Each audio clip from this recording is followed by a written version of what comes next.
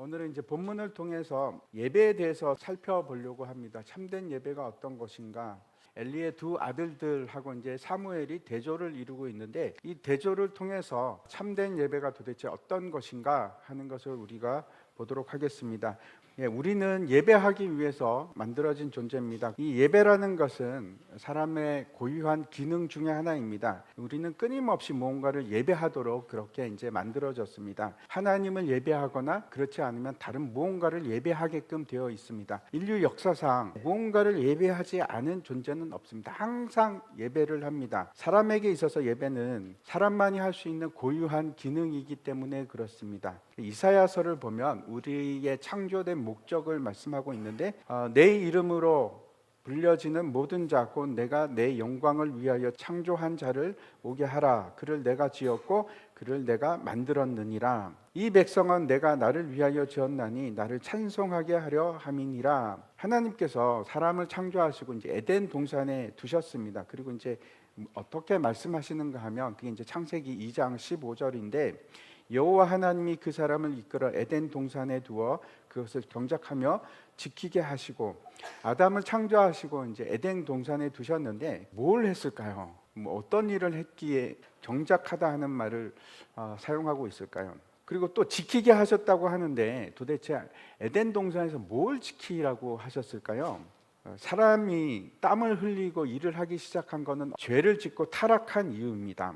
땀을 흘리고 일하는 존재가 아니고 자유함을 누리고 하는 일이 어떤 건가 하면 하나님을 예배하고 경배하는 일인데, 이 구절을 우리가 좀 더 다르게 생각해 볼 필요가 있습니다. 경작하다 하는 단어는 아바드라는 단어를 씁니다. 또 다른 아주 중요한 의미가 있습니다. 그게 어떤 건가 하면 봉사하다, 섬기다, 예배하다 하는 의미입니다. 그리고 이제 지키다 하는 것도 이 샤마르라는 단어를 쓰는데, 이 샤마르가 지키고 보존하다, 또 어떤 의미가 있는가 하면 하나님을 바라보다, 하나님께 경의를 표하다, 이런 뜻이거든요. 그래서 이 문장을 이제 좀 더 다르게 해석을 하면, 하나님께서 사람을 창조하시고 에덴 동산에 두셨는데 그 이유는 하나님을 예배하고 또 그것에게 하나님을 경외하게끔 하기 위함이다 하는 의미가 될 수 있습니다. 다시 말씀드리면 아담은 어떤 존재인가 하면 피조물과 창조주 하나님 사이에서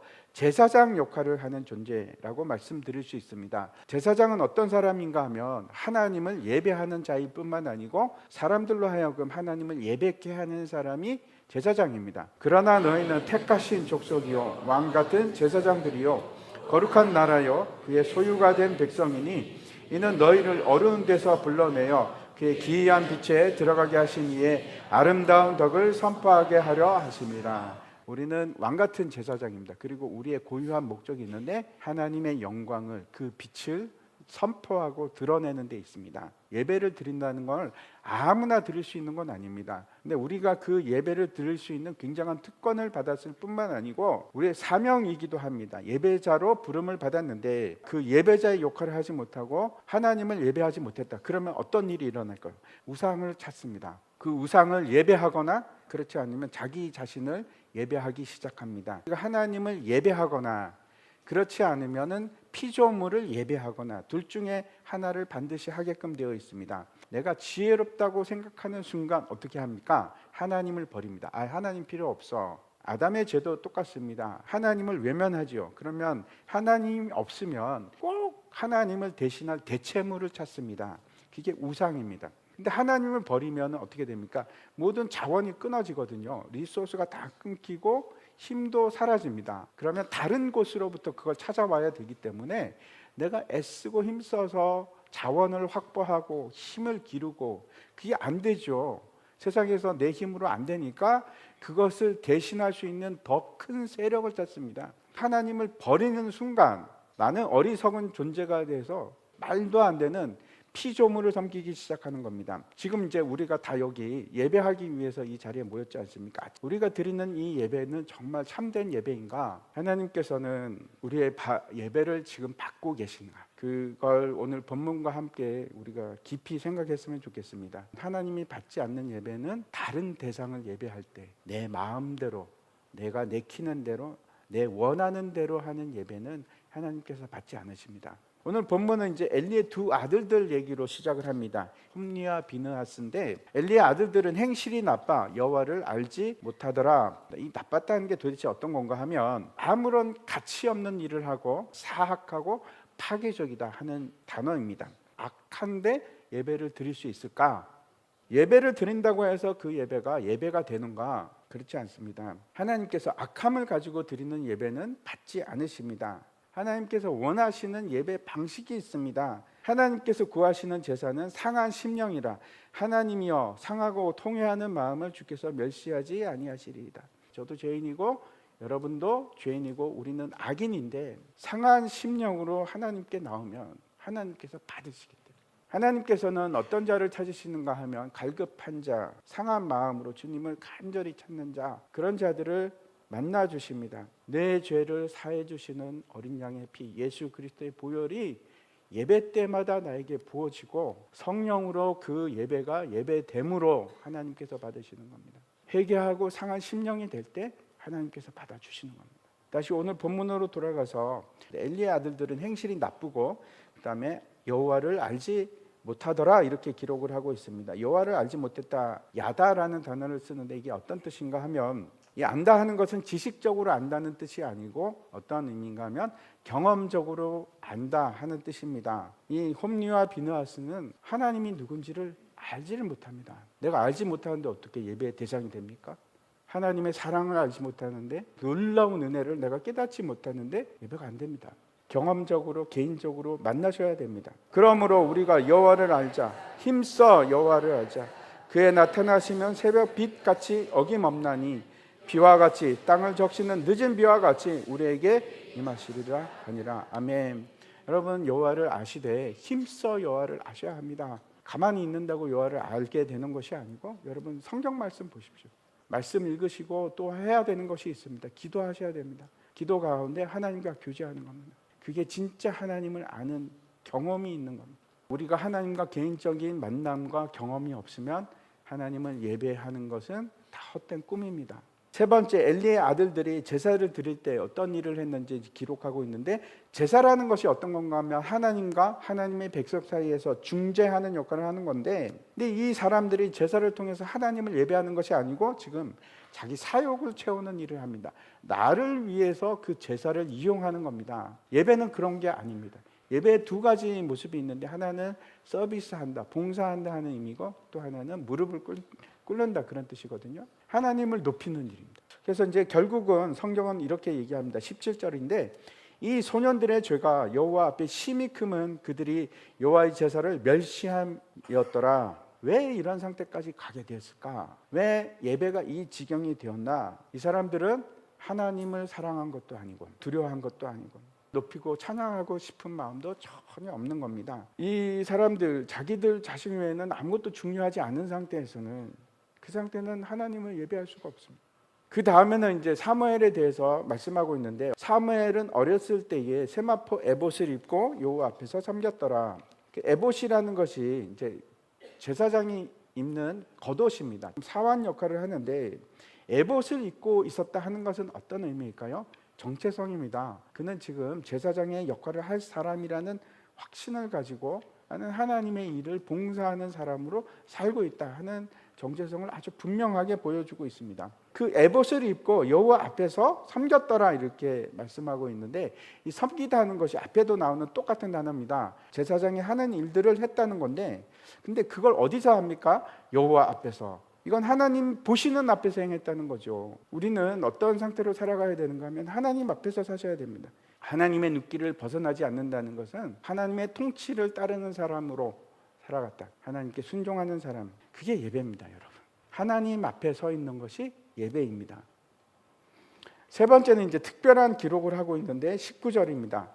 그의 어머니가 매년 드리는 제사를 드리러 그의 남편과 함께 올라갈 때마다 작은 겉옷을 지어다가 그에게 주었더니 어머니 한나가 이제 매년 실로로 올라가게 됩니다. 아마도 6월절일 것 같습니다. 그래서 이제 겉옷을 가지고 왔는데 에봇을 의미하는 것 같습니다. 왜 이 얘기를 여기 기록하고 있을까? 겉옷을 지어줬다.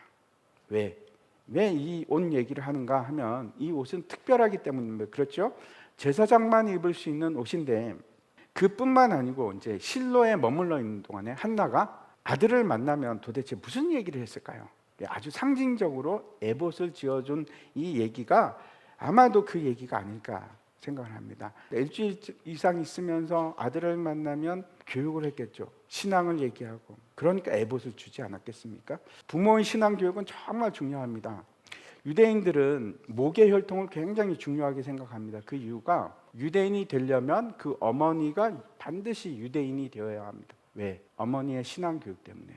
한나가 세마포로 흰 에봇을 지어 주었다 하는 것은 그 의미가 아닐까 그렇게 생각합니다. 제가 이제 핵심적으로 얘기하는 건 이 옷 얘기입니다. 옷을 짓는 것은 무슨 뜻일까요? 도대체 왜 옷을 그냥 사 입히지? 이거 꼭 지어서 줘야 되나? 로마서에 보면 주 예수 그리스도로 옷 입으라 이렇게 말씀을 하십니다. 예수 그리스도로 어떻게 옷을 입습니까? 이 옷은 예수 그리스도의 의, 그 의를 뜻합니다. 여러분 저도 더럽고 여러분도 더럽지 않습니까? 그냥 이대로는 천국 못 갑니다. 위에다가 겉옷을 입어야 되는데 그 겉옷이 바로 예수 그리스도의 의, 흰 세마포 옷을 입어야지만 갈 수 있습니다. 그래서 요한계시록 보면 다 천상에 있는 성도들이 뭘 입고 있는가 하면 흰 세마포 옷을 입고 있습니다. 마태복음에 보면은 예수님께서 비유로 말씀하시는데 혼인잔치 비유를 얘기하십니다. 그래서 사람들을 막 쫓아가는데 막판에 가서 쫓아냅니다. 어떤 사람을 쫓아냈을까요? 예복을 입지 않은 사람들, 예수 그리스도로 옷 입지 않은 사람들은 다 쫓겨나서 밖에서 슬피 울며 이를 간다 이렇게 말씀하고 있습니다. 예수 그리스도로 옷 입는 것이 현숙한 여인처럼 한나가 그 옷을 지어서 입힙니다. 여호와께서 한나를 돌보시사 그로 하여금 임신하여 세 아들과 두 딸을 낳게 하셨고 아이 사무엘은 여호와 앞에서 자라니라. 하나님께서 이제 한나에게 축복을 주셨는데 사무엘로 받지 못하는 그 기쁨을 5배나 누리게끔 합니다. 세 아들과 두 딸을 주셨습니다. 너무 놀랍죠. 충만한 기쁨을 누리게 하십니다. 그리고 나서 이제 마지막 구절이 이겁니다. 사무엘은 여호와 앞에서 자라니라. 어디서? 여호와 앞에서, 하나님 앞에서. 하나님의 길을 벗어나지 않고 하나님께 순종하며 하나님을 떠나지 않고 그렇게 자라갑니다. 이것이 예배입니다. 하나님을 벗어나지 않는 것, 하나님 앞에서 살아가는 것. 제가 이제 다시 처음 주제로 돌아가서 예배 얘기로 돌아가서 어떤 것이 참된 예배인가 하는 말씀을 드리려고 합니다. 예수님께서 사마리아 지역을 통과하실 때 한 우물가에서 사마리아 여인을 만납니다. 그 여인과 얘기를 하는데 남편 얘기도 막 합니다. 그러다가 그 여인이 드디어 깨닫습니다. 당신이 바로 그 선지자지요. 예수님이 메시아인 것을 깨닫기 시작합니다. 그리고 첫 번째 물어봤던 것이 어떤 건가 하면 예배입니다. 하나님을 만났던 모든 사람들은 똑같이 하는 것이 있습니다. 예배를 드립니다. 예배를 원합니다. 갈급해서 하나님 만나면 하고 싶은 것이 하나님을 높이고 하나님 찬양하는 일, 예배하는 일. 어떻게 하면 예배를 드릴 수 있습니까? 어디서 드리죠? 그렇게 묻습니다. 그때 예수님께서 대답하시는데 이렇게 얘기하십니다. 이 산에서도 말고 예루살렘에도 말고 너희가 아버지께 예배할 때가 이르리라 이렇게 말씀합니다. 예수님이 도대체 어떤 분이실까요? 너희가 이 성전을 헐라 내가 3일 만에 다시 일으키리라. 그거는 왜 그렇게 말씀하셨습니까? 예수님께서 성전이 자기 육체 되심을 말씀하시는 거였거든요. 예수님이 곧 성전입니다. 성전은 어떤 것입니까? 성전은 그 내용이 어떻게 하면 하나님을 만나고 구원을 받을 수 있는가, 그 설계도거든요. 성막이 그 설계도입니다. 근데 그 구원이 누굽니까? 예수 그리스도 아닙니까? 예수 그리스도를 통하지 않으면 하나님을 만날 수가 없습니다.